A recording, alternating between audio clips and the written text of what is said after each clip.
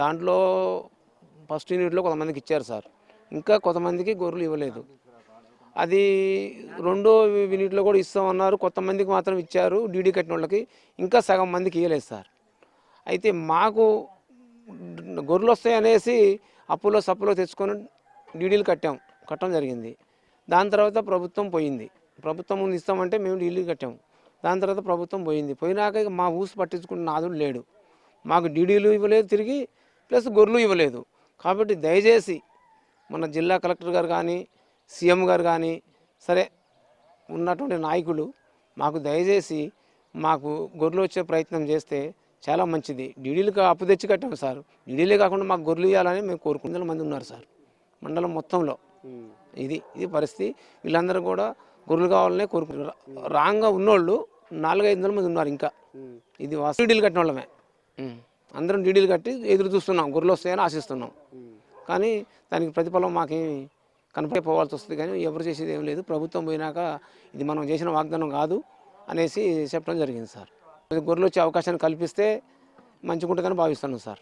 అందరూ పేద రైతులు ఇక్కడ గంధంపల్లి కొత్తపేట గ్రామంలో అందరం పేద రైతులు, కొద్దిగా గొప్ప 30-40 శాతాలు గొర్రెలు ఉన్నారు. మనం కేసీఆర్ గత ప్రభుత్వంలో కేసీఆర్ ఉన్నప్పుడు మంచిగా గొర్రెలు ఇచ్చిండు, కొంతమందికి ఇచ్చిండు, కొంతమందికి నెక్స్ట్ వీక్ వస్తాయన్నారు సార్. వస్తాయని అంటే సార్ 2 రోజులు వెయిట్ చేసాం. చేసిన తర్వాత మళ్ళీ వస్తాయని అనగానే అందరం వడ్డీకి సరిగ్గా తెచ్చుకొని అందరం డీడీలు కట్టుకున్నాం సార్. వస్తాయని భావిస్తున్నాం. ఎంతసేపటికి కూడా మాకు గొర్రెలు రావాలని ఆశిస్తున్నాం. కనీసం ఆ డబ్బులన్నా వస్తాయంటే ఆ డబ్బులు ఇచ్చేట్లేదు, ఇప్పుడు గొర్రెలు వచ్చేట్లేదు. ఆ సారు ఇప్పుడు కేసీఆర్ సారు ఓడిపోవడం జరిగింది, కొత్త ప్రభుత్వం వచ్చింది. మరి ఆ సార్ అయినా మమ్మల్ని గమనించి మా గొల్లకుర్మలకి ఏమైనా గొర్రెలు ఇస్తారా ఇవ్వరా అనేది మేము అందరం ఆశిస్తున్నాం సార్. ఎంతసేపటికి గొర్రెలు వస్తేనే కాసుకొని బతుకుదామని మేము ఆశిస్తున్నాం సార్. దాన్ని బట్టి మేము ఎంతసేపటికి మా డబ్బులు మాకు కాకుండా గొర్రెలే రావాలని మేము ఎంతసేపటికి మేము అనుకుంటున్నాం సార్. 43,000 44,000 దాకా కట్టాము సార్. మేము కట్టాము.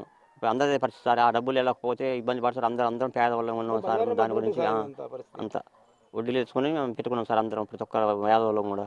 దాన్ని బట్టి మాకు గొర్రెలే అందరికి తెలియని వాళ్ళు కూడా ఇంకా వస్తాయేమో ఇస్తారేమో అన్నట్టుగా ఆశిస్తున్నారు సార్. కానీ ఇంకా ఏమీ ముందు పడలేదు. ఇంకేమి బతుకు గొర్రెల మీదనే సార్. మేము పొద్దున్న లేకపోతే గొర్రెను మేపుకుంటుంటాం. మాకు గొర్రె రావాలని మేము కోరుకుంటున్నాం సార్.